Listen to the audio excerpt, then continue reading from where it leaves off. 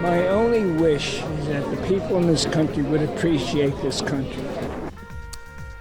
An anniversary to remember what we fought for, freedom and peace. 80 years ago today, June 6, 1944, D-Day. Americans and Allied forces stormed the Normandy beaches in all-out war with Nazi Germany. That historic day turned the tide of World War II. Good evening, everybody. Welcome to 3 News at 9. Appreciate you being with us. My name is Jeff Beinfor, and tonight we remember. It was a patriotic and emotional ceremony in France today. It was marked with a F-35 flyover. President Joe Biden and other world leaders gathered to honor all the veterans who fought for freedom.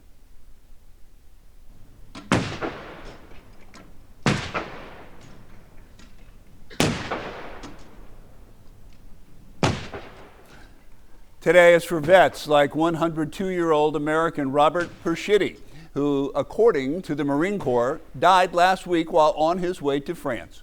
He served in the Pacific as a radio man aboard the USS El Dorado. President Biden spoke on what this day means around the world. We know the dark forces that these heroes fought against 80 years ago. They never fade. Aggression and greed, the desire to dominate and control, to change borders by force, these are perennial. The struggle between a dictatorship and freedom is unending. And former President Trump released this video on Truth Social speaking with 4 veterans. He promised them they'll be the first group to visit him in the White House in January. And throughout the course of World War II, Louisiana lost approximately 5,000 precious lives. On D-Day, 33 Louisianans were killed. We'll show you the names of those soldiers from our viewing area at the end of this story. While it has been 80 years, during the recent legislative session, one Louisiana lawmaker was determined to make sure those servicemen were not forgotten. Retired Air Force Lieutenant Colonel, State Rep Chuck Owen, spoke with me about how important it is to remember their names. And we got all 33 names. 3 of them are from Shreveport. We got all those names. We read them on the floor of the House. And it just wanted to speak their names because they had been long forgotten. And we can't forget that day because that was the historians have called that the day of days. That was the battle that turned it. So we commemorated those guys. I said 3 of them were from the Shreveport area.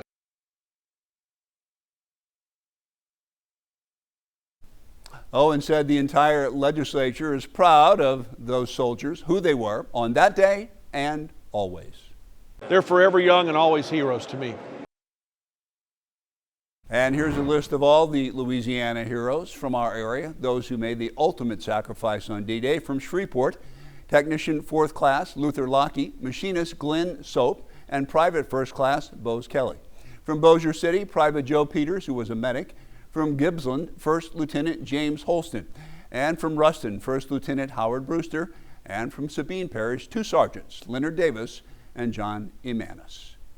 You can get more information on all these Louisiana heroes at ktbs.com.